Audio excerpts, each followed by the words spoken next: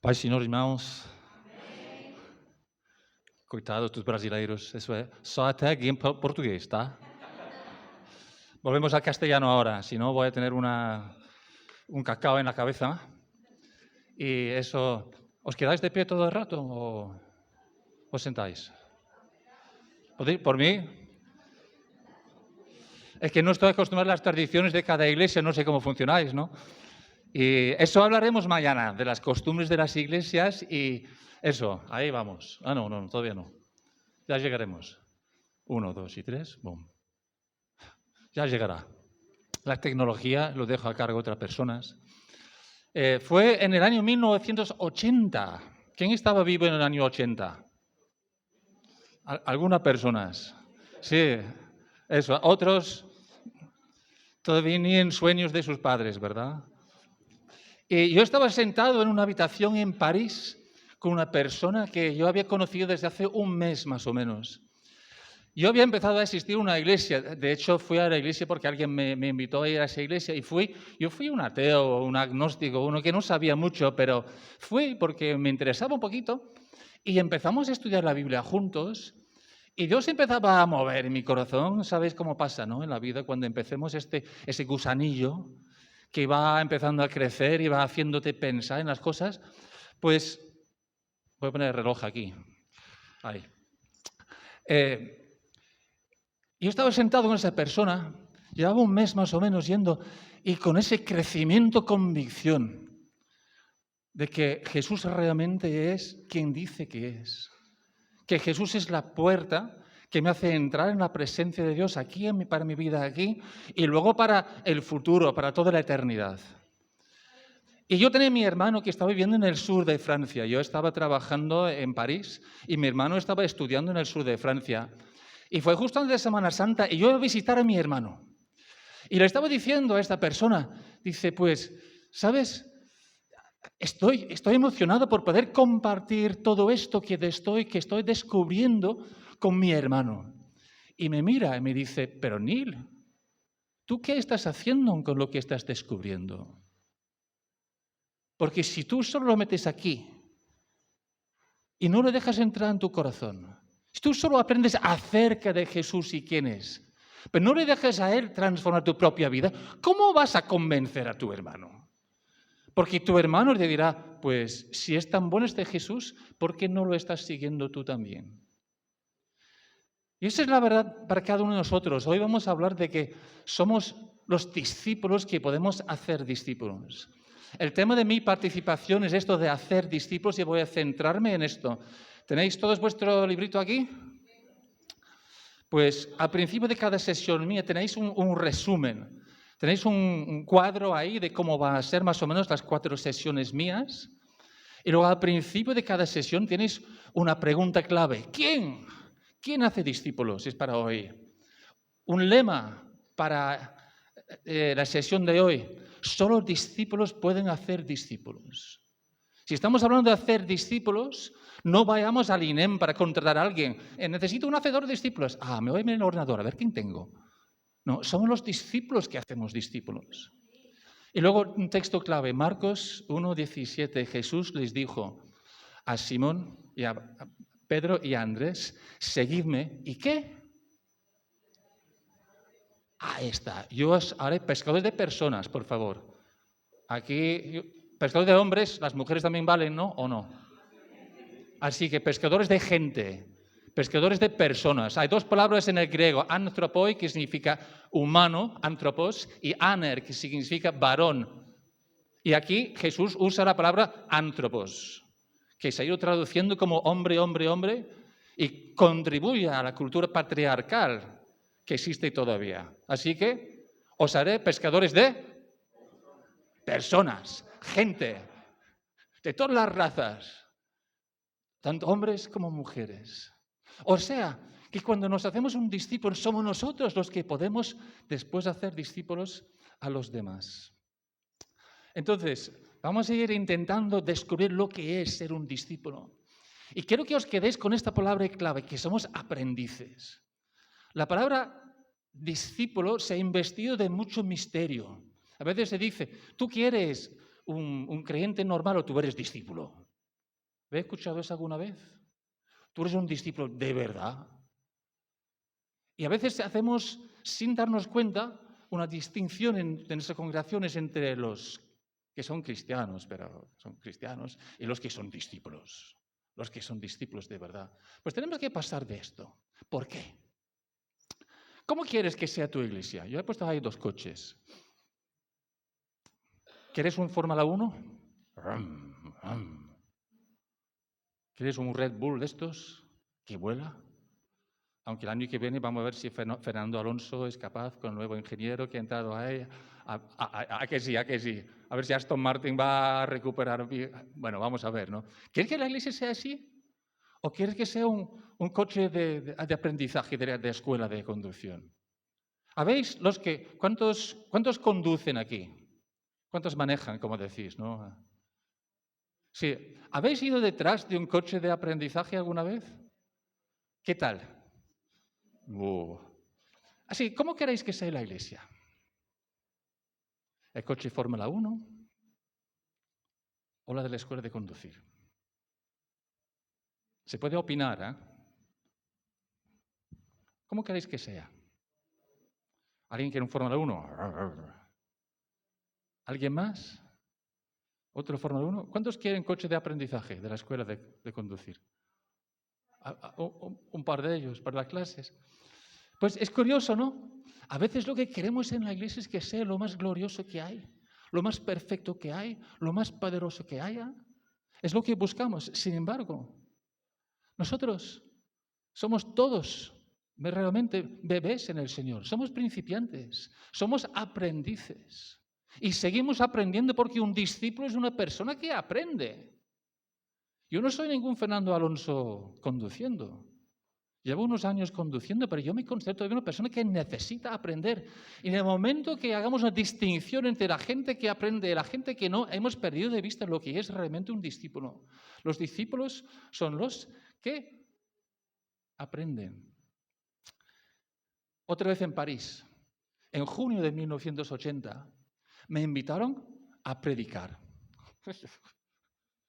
Con 18 años, casi 19, con 3 meses de creyente, me dijeron, ¿te gustaría compartir el domingo? Y digo, ¿qué?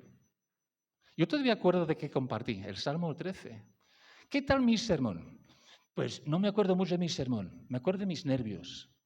Me acuerdo de la alegría de que hubiese un púlpito con un poco más grande que esto para esconderme las rodillas que iban así detrás, ¿no? Me acuerdo de todo esto.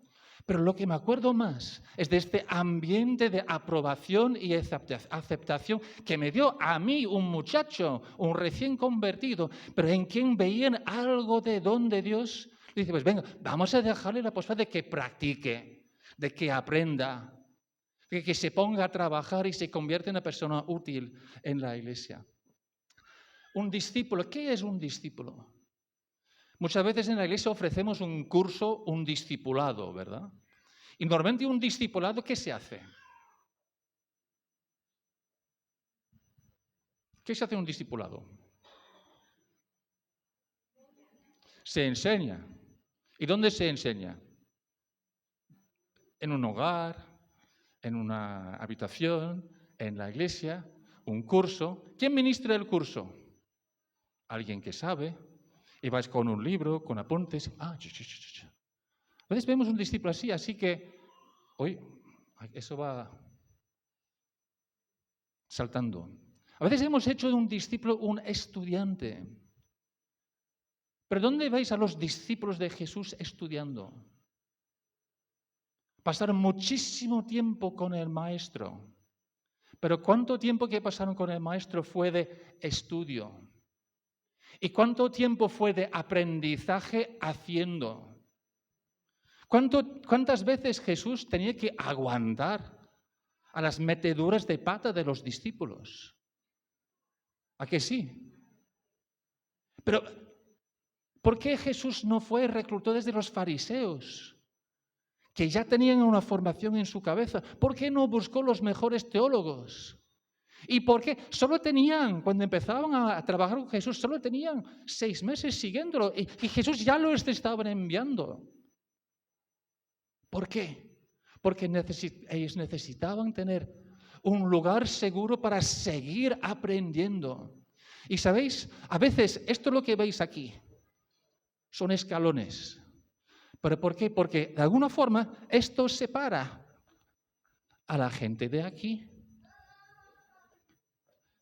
de la gente que está aquí.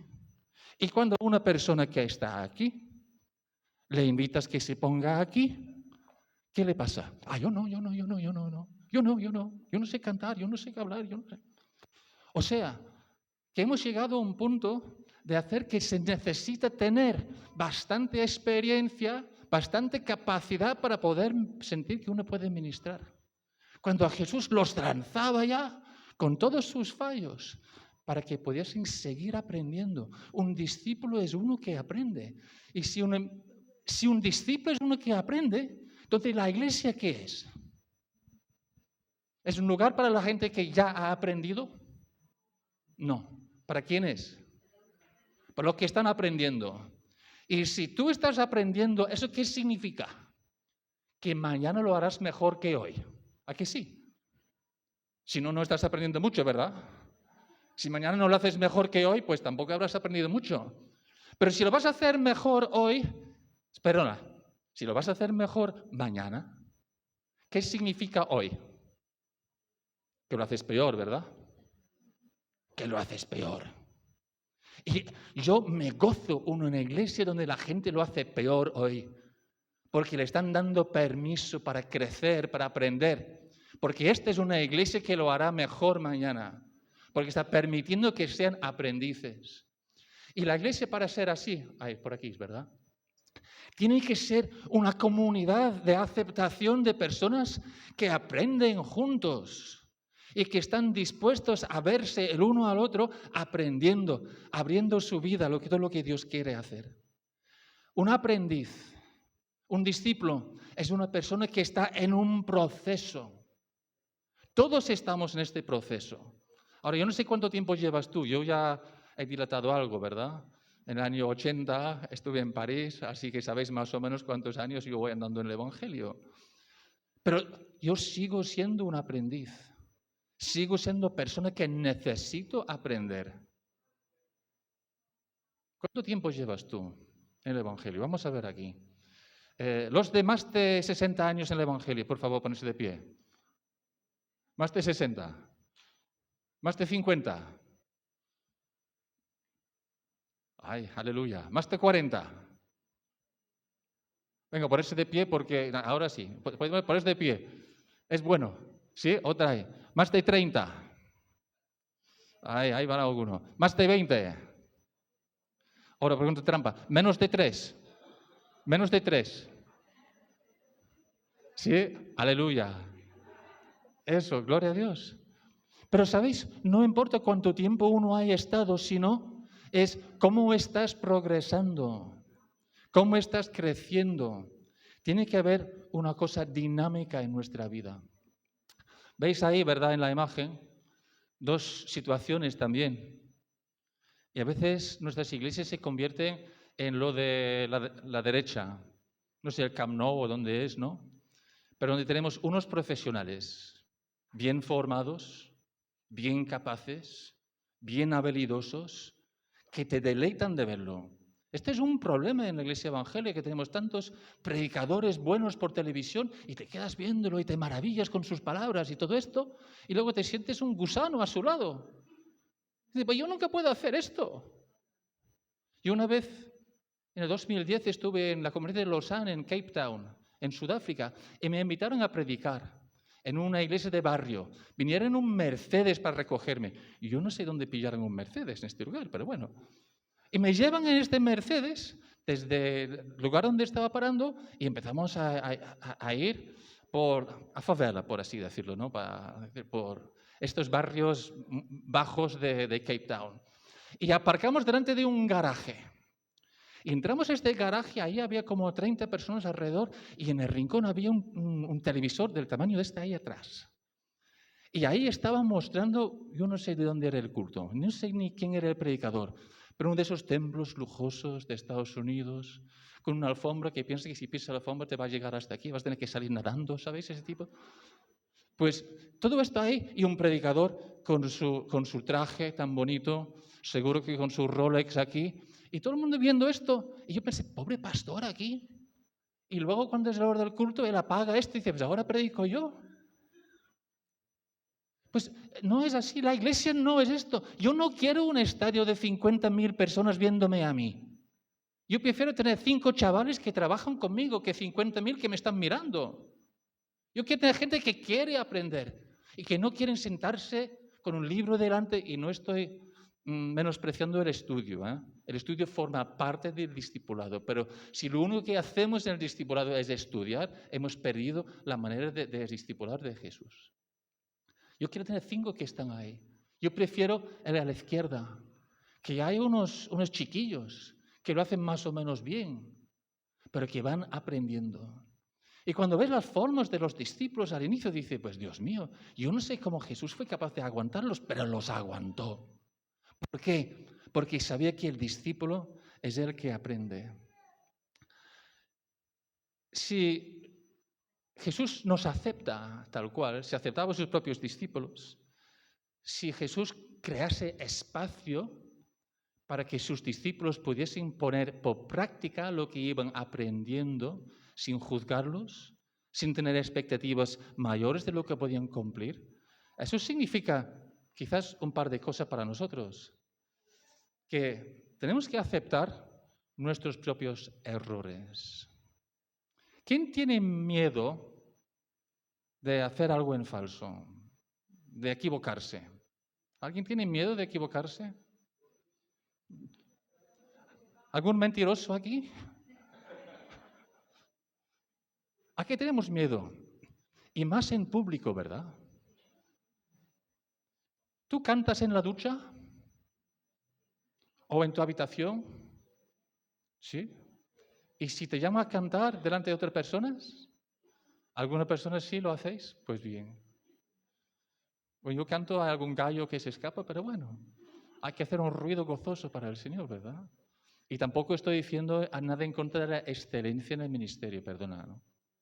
Porque la excelencia empieza con un camino de aprendizaje. Porque con los errores se aprende. Parte del ministerio que yo ejerzo es la formación de gente para misiones. Y uno de los cursos que doy es de aprendizaje de idiomas. Entonces, porque yo creo que es muy importante que una persona que vaya a tener una efectividad misionera, la identificación con otra persona se ve por muchas cosas, pero una de las cosas mayores donde se ve es en el idioma. El aprender el idioma de otra persona es una señal de respeto hacia esa persona, hacia su cultura, hacia su entorno. Yo a veces digo a la gente, pues la única forma de aprender un idioma es de hacer muchos errores, muchísimos errores. Entonces, lo mejor que puedes hacer es hacer cuantos errores que puedas, lo más rápido que puedas, porque los vas a hacer. Así que, ¿por qué no? Hacerlo rápido para aprender. Cuando yo estaba aprendiendo el castellano en las calles de Málaga, bueno, de Vélez, Málaga, un pueblo al lado de Málaga, pues estamos con un grupo de quinceañeros y de jóvenes, y cuando ellos cogieron la idea que yo querían que me corrigiesen, pues ahí iban. Y al final dije, pues chavales, una vez por frase es suficiente, por favor, ¿no? Porque realmente había bastante. Pero de los errores se aprende. Y muchas veces de los errores, de los horrores también se aprende. Pero mira, de los errores se aprende bastante más de haber hecho las cosas bien. Aceptando nuestros propios errores también significa que tenemos que aprender, tenemos que aceptar los errores de los demás.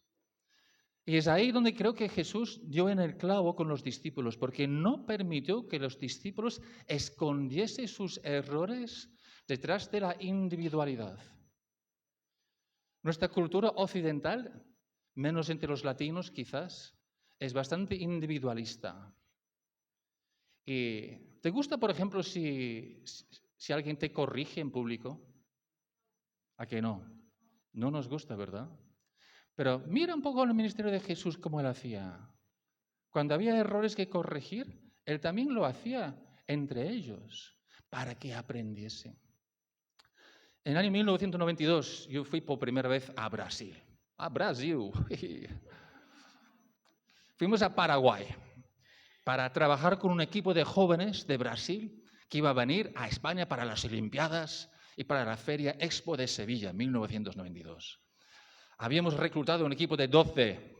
Qué número fastidioso, ¿no? Porque claro, ¿cuál era el apodo que se pusieran esos 12 chicos? No, discípulos no, apóstoles, por favor. Los 12 apóstoles.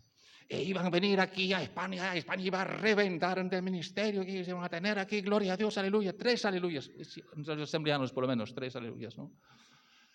Y claro, llegaron aquí y ¿quién reventó? ¿Ellos o España? Pues sí, ellos más que nada. Y cuando volvimos a España, yo intenté hacer un proceso de formación con ellos y cada semana 2 personas del equipo tenía la responsabilidad de organizar, de coordinar, de dirigir las actividades del equipo durante ese tiempo, para que aprendiesen lo que es el liderazgo. Y mira, al final de la semana teníamos una sesión de evaluación. ¿Cómo imagináis que los 10 se portaban con los 2 que habían estado en el liderazgo? Con mansedumbre, con empatía, o pam, pam, pam, pam, pam, fusilándolos. Y decía, ¿qué pasa aquí? Los otros defendiéndose, los otros atacando. Digo, ¿qué pasa aquí? Y tuvimos un pequeño canto. ¿Sabéis cómo en la mili se desarrollan cantos, canciones? Pues nosotros tuvimos los nuestros también, que era, somos un equipo. Pam, pam, pam. Somos un equipo. Somos del mismo lado, chicos. Y si Jesús usaba lo que pasaba entre sus discípulos para que aprendiesen todos, ¿por qué no podemos hacerlo nosotros también? ¿Por qué tenemos que escondernos? ¿Por qué tenemos que ser una comunidad que tanto miedo tenemos a los errores? En lugar de una comunidad que se abre a los errores, porque de los errores se aprende. Animar no a cometer errores, sino a aprovechar los errores que vendrán, que seguramente vendrán. Y el Evangelio de Marcos, uno de mis evangelios favoritos, tengo momentos, ¿no?, para cada uno de ellos, pero Marcos es un evangelio tan dinámico, tan rápido, es un poco como Misión Imposible de los evangelios, ¿no? Entras ahí, pam, pam, pam, acción. Pero si miras un poco más adelante, más dentro de esto, vas a ver que es una historia de la transformación de los discípulos. Y no es un proceso de transformación que hubiese acabado cuando llegaron al final, no. Es un proceso de transformación que seguía. Jesús agarró a este grupo de personas. Los 12 apóstoles sí que eran hombres, pero entre los discípulos había mujeres. Mira en Lucas 8 y Lucas 21 y verás que había un grupo de mujeres que acompañaban a Jesús todo este periodo de su ministerio. Cuando leas discípulos en el Nuevo Testamento, no tomes por sentado que son hombres, ¿vale? Los 12 apóstoles es otra cosa. Pero él agarró este grupo de personas y los iba formando como discípulos suyos para que pudiesen alcanzar un ministerio. Y ese proceso seguía. Pero la próxima vez que leas esta historia del Evangelio de Marcos, mira de cerca este proceso.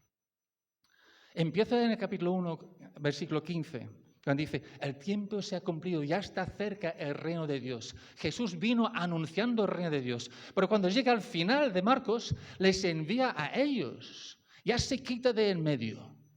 Su obra de formación en ese sentido ha terminado. Se quita en medio y les deja a ellos, porque han tenido este proceso de formación.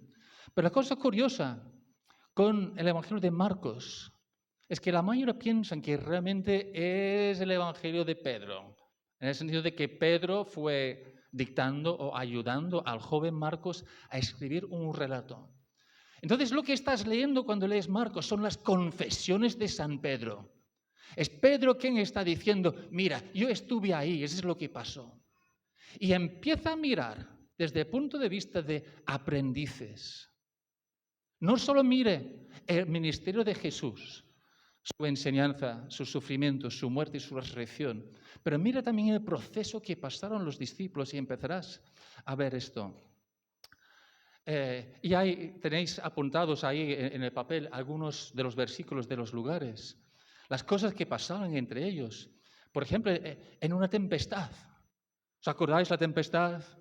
Y el barco se mueve y las olas inundan el barco. Y son pescadores, por favor. Y esos pescadores estaban asustados. ¿Y Jesús dónde estaba? Durmiendo. Ahí tan tranquilito. Y despiertan. ¿Y qué le dicen? No te importa, vamos a morir y no te importa. ¿Qué estás haciendo? Y él se levanta y dice sencillamente, silencio, quédate quieto. El mar se calma y todos lo miran. Es una revelación de su poder. Pero luego dice, ¿por qué estabais asustados? ¿Todavía no tenéis fe? O sea, está usando este momento para dejarles ver un aprendizaje en su vida. Claro que vais a pasar por muchísimos momentos difíciles, pero tener fe en estos momentos, que yo estoy ahí con vosotros. Con alguno de sus parábolas, en Marcos 7, luego cuando Jesús se apartó de la gente, entró en casa, sus discípulos le preguntaron por el significado de lo que había dicho. Dice, Jesús, muy buena tu enseñanza, pero ¿qué querías decir? ¿Y él qué dice? Dice, así que vosotros tampoco sois capaces de entenderlo. O sea, mi traducción sería, que no tenéis dos dedos de frente, tan embotados estáis, ¿qué os pasa? También les dice, les ayuda a ver, pues está bien, no pasa nada, pero reconocer dónde estáis en este proceso. La transfiguración, capítulo 9 de Marcos, una escena fantástica. Y no creo que Pedro fuese distinto de los demás, realmente. Es solo que es más fácil ver lo que estaba pasando entre todos en el detalle de Pedro. Y me encanta, como digo, que eso es el Evangelio de Marcos, que Pedro está diciendo, pues mira, eso es lo que pasó. Y cuando llegamos allá arriba, y ahí vemos a Elías y vemos a Moisés. Yo no sé cómo supieron que eran Moisés y Elías. Quizás como los mormones tienen una chapita aquí que dice, yo no sé, pero mira, ahí están. Y luego Pedro abre su bocaza y ¿qué dice? Qué bien que estamos aquí, ¿no? Que podemos hacer 3 cabañas, uno para ti, uno para él, otro para Macías. Porque no sabía lo que estaba diciendo. No estaba a la altura de la situación. Y él lo narra, diciendo, pues eso es así es nuestra vida. Y cuando bajaron de ahí, capítulo 9, encontraron a sus discípulos intentando echar fuera un demonio. Y el pobre padre del muchacho dice, yo traje mi hijo a tus discípulos, pero no fueron capaces de hacer nada. Y Jesús les da una lección de cómo hacer. Pero no les critica, solo usa la realidad de su experiencia para que puedan seguir aprendiendo. Y el último, en capítulo 9, 38, Juan le dijo, Maestro, hemos visto a uno que estaba expulsando demonios en tu nombre y se lo hemos prohibido porque no es de los nuestros. Yo creo que era un buen evangélico en este momento, ¿no? Porque nosotros éramos pocos así, ¿no? Es que este no es pentecostal, ¿sabes? Y Jesús le mira así y dice, no. O sea, que tenemos un buen informe de los errores de los discípulos. Piensa un momento en algunos errores tuyos. Lo siento. Pero es bueno, es bueno. Piensa en alguna cosa que has dicho, que has hecho y del que has aprendido.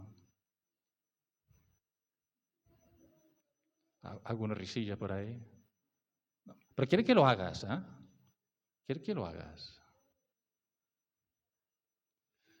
Ahora, por favor, cuéntaselo a la persona a tu lado.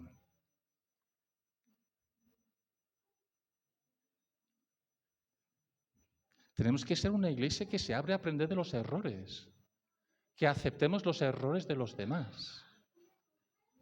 Amén. Sin vergüenza, confiando que es un proceso de discipulado que estamos creciendo. Así que, vamos. Yo voy a dar uno de los míos. Yo andando por la calle de Gibraltar una vez, vi unos shorts, un bermuda, que pensé que le gustaría mucho a mi esposa. Así que entré y se lo compré para su cumple. Lo que yo no sabía es que este mismo día, porque habíamos estado juntos, ella con una amiga habían andando por la calle y vieron esta misma ropa y se miraron la una a la otra y dicen, ¿quién se pondría esto? Así que imagino su cara cuando llega su cumple y yo así, todo contento. Y ella es muy transparente, muy transparente. La verdad, no fue capaz de cubrir lo que era, que nunca se lo pondría. Pero bueno, un error mío. Con los errores se aprende. No compres tu esposa ropa. No. Hay que comprarle ropa de vez en cuando, pero hay que aprender mucho más de lo que les gusta y lo que no les gusta. Así que, venga, un minutito para contar a otra persona uno de los errores del que tú has aprendido. Yo voy a callarme un minuto, así que podéis sentaros sin decir nada, por favor, contadlo.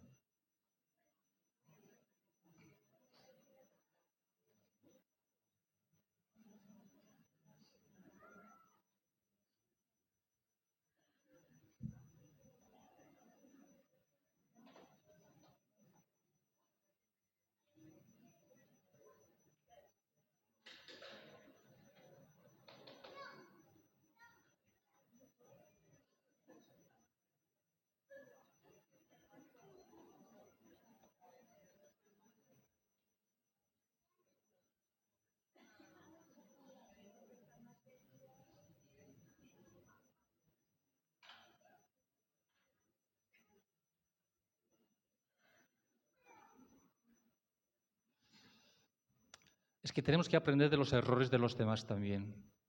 Más vale aprender esto que tener que hacer caer en el mismo error uno mismo. Por eso tenemos una Biblia que nos muestra los fallos de la gente. No tenemos una Biblia que nos presenta unos santos en su perfección. Tenemos una Biblia que nos presenta humanos. Y el camino de los humanos que encontramos en las Escrituras es una de personas que se acercaban a Dios con todo lo que eran, con sus fallos, con sus errores, con sus egoísmos y con todo lo demás. Y esa revelación es como Dios ve a su iglesia, una iglesia aceptada, amada, y quiere que seamos capaces de hacer lo mismo. Quiero terminar dejándoos quizás 3 áreas donde podéis aspirar a crecer, a cambiar. Porque como discípulos tenemos que estar aprendiendo, y aprender no solo significa, como digo, estudiar o leer libros. Pero 3 áreas. Primero, ser. ¿En quiénes somos? Somos seres humanos, no somos haceres humanos, ¿verdad? Tú vales por quien eres, no vales por lo que haces. En la iglesia tenemos la tendencia a valorar a la gente por su contribución, por quién es, por el ministerio que llevan, por lo que se les ve haciendo, pero somos seres humanos. Y lo más importante que yo creo que existe es lo que llevaremos al cielo con nosotros, que es quiénes somos nosotros, nuestro carácter. Si estamos aquí en la tierra todavía es para que se forme el carácter de Cristo en nosotros. Y hubo un incidente tremendo en la experiencia de los discípulos, cuando Jesús acababa de anunciar su muerte, y en este momento los discípulos están siguiendo detrás de Jesús un poco confusos, pero están hablando entre ellos. ¿Y de qué están hablando? Yo soy mejor que tú. No. Yo soy mejor que tú. No, ¿te acuerdas cuando yo prediqué en Belén? Tu sermón no era ni la mitad del mío. Esta relación, ese pique que hay a veces entre ministerios, y ellos eran así. Y en medio de todo esto, 2 desarrollaron un plan. Y ese plan era, pues venga, vamos a acercarnos a Jesús. Dice, hola Jesús, mira, sabemos que tú vas a venir en tu reino pronto. ¿Puedo yo ser primer ministro y mi hermano ministro de Asuntos Exteriores? Por favor, uno a tu izquierda, uno a tu derecha. ¿Qué te parece? ¿Qué te parece? Entonces Jesús les contesta como les contesta y todo eso lo sabéis. Pero cuando los demás se enteraron, ¿cómo se sintieron? ¿A qué se enojaron? Pero yo creo que el enojo es, ¿por qué no pensé yo en hacer esto? ¿Por qué llegan ellos primero? Pero Jesús los llama, los trae y los dice. Todo el pasaje está en Marcos 10, tenéis la referencia apuntada ahí. Si alguno quiere ser grande, que se ponga al servicio de los demás. Y si alguno quiere ser principal, que se haga servidor de todos. porque así también el Hijo del Hombre no ha venido para ser servido, sino para servir y dar su vida en pago de la libertad de todos.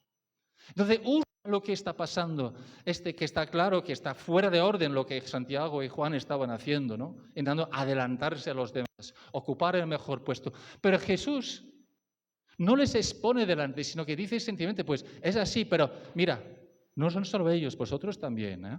Y vosotros también. Yo sé lo que pasa en vuestro corazón. Y si queréis ser grandes, solo hay una forma de ser grande. Y es que no te importa ser grande o no. Ponte a servir. Ponte a servir a los demás.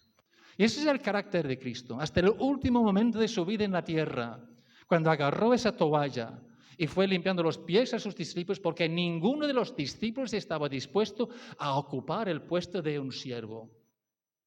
Si hay un banquete, hay un esclavo, un siervo que venía y que limpiaba los pies.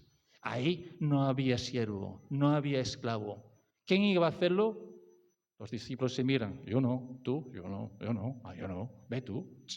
Así que Jesús agarra la toalla y les limpia los pies. Dice, si yo vuestro maestro he hecho esto, entonces vosotros bendecidos seréis si hacéis lo mismo, que es ser siervo.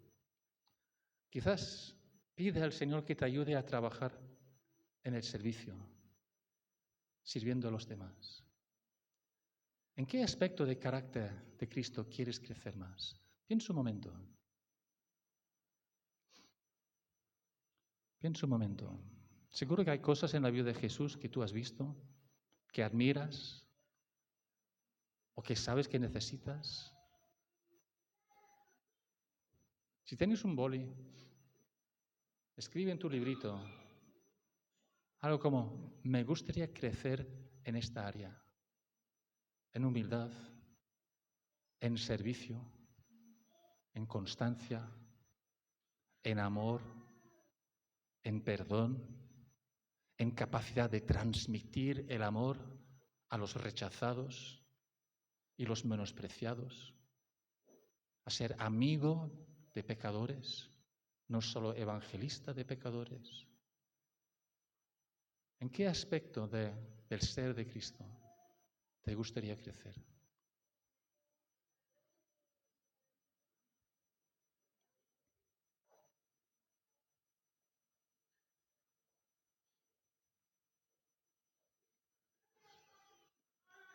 Segunda área, seguir el camino práctico del Evangelio. Leyendo los Evangelios, una cosa que verás es que Cristo siempre fue una persona muy, muy práctica. A él no le interesaba tanto las palabras, sino los hechos. Le interesaba lo que pasaría en la vida de la gente y cómo ellos llevarían a cabo la predicación del Evangelio del reino de Dios. La búsqueda del reino de Dios y su justicia. Y el Evangelio va en contra de la soberbia, de la superioridad natural del ser humano. Y también aquí hemos de conocer a nosotros mismos, ¿verdad? Que lo más normal es que nos sintamos superior a los demás. Y en Marcos capítulo 8, ahí va el texto. Leemos que los discípulos habían olvidado llevar pan. Y solo tenía uno. Y en eso Jesús les dice, mira, guardaos de la levadura de los fariseos y los de Herodes. Imagine que Jesús te dice eso. Cuídate de la levadura de los fariseos, de los de Herodes. Yo esta mañana, antes de venirme aquí, yo hice pan. Eché levadura. Y digo, ¿la levadura? ¿Mi levadura estará mala? Yo lo compré en la Mercadona. No creo que puede ser eso. Entonces, ¿qué pasa? ¿Qué está diciendo? Es porque no tenemos pan. Y van hablando uno con el otro. Y yo digo, ¿por qué estáis comentando que os falta el pan? ¿Tan embotado tenéis la mente para que no sois capaces de entender ni comprender nada? ¿Tenéis ojo pero no veis? ¿Tenéis oídos pero no oís? ¿Ya no os acordáis? Cuando repartí 5 panes entre 5.000 personas, ¿cuántos cestos llenos de trozos sobre este recogisteis? Le contestaron, 12. Y cuando repartí 7 panes entre 4.000 personas, ¿cuántas espuertas de trozos sobrantes recogisteis? 7. Entonces, ¿y aún seguís sin entender? La levadura es algo chiquitito, pero que expande y afecta y va a leudar toda una masa. Y Jesús estaba hablando del carácter, de la forma de ser de los herodianos y los fariseos, de la hipocresía, del legalismo religioso, de la religiosidad, de la soberbia, de una visión política del reino de Dios, de poder secular, de control religioso, muchas cosas. De eso tenemos que guardarnos. Ya lo hemos visto eso. Nuestro seguimiento de Cristo tiene que ser una imitación de su forma de ser y de sus acciones. ¿Qué aspecto de la vida de Cristo más te gustaría aprender a imitar? ¿Qué parte de su forma de tratar con la gente? ¿Su capacidad de palabras? ¿Su capacidad de bendecir cuando lo maldecían? ¿Su día a día entre los menospreciados? ¿Su capacidad de ignorar sus propios deseos y seguir al Señor? ¿Su voluntad firme de seguir los propósitos de Dios? ¿Qué aspecto de la vida de Cristo te gustaría imitar?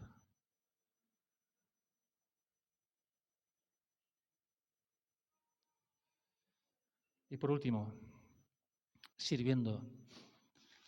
Porque aprendiendo, a veces aprendemos más sobre cosas que ya sabemos, ¿verdad? Y los que llevamos años en el Evangelio y seguimos aprendiendo, pues vamos haciendo esto, aprendiendo más y más y más. Y cuanto más aprendes, más te das cuenta de lo que no sabes. Como dice Pablo, ¿verdad? En 1 Corintios 8:3, dice, el que piensa que sabe, todavía no sabe como debe de saber. Pero a veces hay que aprender cosas nuevas también. Los pescadores, por ejemplo, que empezaron a seguir a Jesús y de repente Jesús los arranca de sus barcos, los lleva fuera de su área de confort, que era dentro de los barcos pescando, y los lleva a hacer otras cosas. Y esos discípulos que empezaron siendo lo que eran, tenían que llegar a ser otra cosa. Y quizás para ti también Dios tiene algunas cosas que necesitas empezar a hacer que todavía no has hecho. Estos son los del tren averiado. ¿Sois los del tren averiado? Vale, pues bienvenidos. Y me alegro. La Renfe, qué bendición. En fin. Porque la Iglesia tiene muchos retos que son nuevos. La vida del siglo XXI no es el siglo de la Iglesia del mundo del siglo XX. Y a veces, aun siendo mayores, tenemos que aprender cosas nuevas. A veces, entrando desde una cultura en otra cultura, tienes que aprender cosas nuevas. A veces piensas, pues yo no sé si puedo cambiar. Pues Jesús sí te puede cambiar. Entonces, quizás hay cosas que necesitas aprender nuevo. Uy. Ay. Y ya es donde empezamos. Venid conmigo y os haré pescadores de gente. La invitación de Jesús es una invitación a ser aprendiz, un discípulo que sigue aprendiendo. Es dejarte moldear en sus manos y tener una sensibilidad para seguirlo en derroteros nuevos, donde quizás vayas a empezar cosas que nunca imaginaste que estarías haciendo. Algunos de los mejores que yo he tenido en las iglesias donde he estado, los que más impacto han tenido, son la gente que pensaba que nunca harían nada, porque poco a poco van descubriendo capacidades que no sabían que tenían. Y con un poco de ánimo, un poco de cuidado, un poquito más de darles oportunidades, de sentarse con ellos y animarles en este crecimiento, terminaban haciendo cosas que 5 años anteriormente nunca se habrían imaginado. Y algunas de esas personas, como digo, han hecho muchísimo más de los que se creían capaces de mucho. Entonces quizás notas que hay cosas que faltan. Quizás sueñas con cosas y luego apagas estos sueños diciendo, pues yo yo nunca podría hacer esto. Quizás sientes miedo de avanzar en ciertas áreas. Quizás piensas que el ministerio de la iglesia no te aceptarían haciendo esas cosas. No sé. pero seguro que Dios tiene cosas nuevas para ti. Por eso forma parte de lo que significa ser aprendiz. Y los aprendices al lado de Jesús le dejan llevar por la mano para entrar en estas áreas. Así que también piensa, ¿Dios te ha colocado algo en tu corazón, alguna área donde te gustaría crecer? Piensa un momento. Y no estoy diciendo, pídele un milagro que... Eso no es el Matrix, ¿eh? Necesito saber volar este helicóptero Black Hawk, por favor. Ya está, ¿no? La vida cristiana no es así. Pero un sueño que Dios coloque en tu corazón y que tú aceptas el reto de seguir ese camino, seguro que te verás como Dios te desarrolla en un camino real que te llevará hacia ello. ¿En qué áreas te gustaría aprender? Eres un aprendiz. No te estanques. No te quedes sentado, sentada donde estás. No pienses que has llegado. No has llegado. Hay todo un mundo delante de cosas por aprender. Persigue estos sueños. Persigue los deseos que Dios coloque en tu corazón. Cread un ambiente de iglesia donde la gente se siente en libertad y ánimo para seguir esos sueños. ¿Dónde te gustaría aprender a servir mejor? Estas semanas que siguen, sabéis que hoy, yo sé que las conferencias, a la gente le gustan las conferencias, ¿verdad? Venimos, escuchamos palabra y salimos animados. Pero Jesús contó una parábola, que un sembrador, tenía algo que ver con vosotros, sembradores, ¿verdad? Ahí está. ¿Y el sembrador salió con qué? ¿Sembrando qué? Semilla. ¿Y la semilla era qué? La palabra de Dios. ¿Y la palabra de Dios dónde llegó? A tierra. ¿Y luego qué tenía que hacer? Crecer, arraigarse, nutrirse y crecer. Toma lo que Dios ha colocado en tu corazón y guárdalo como una semilla. Plántalo en la tierra de tu corazón. Riégalo con oración. Sigue lo que Dios te muestra con esto y no dejes de ser aprendiz. Amén.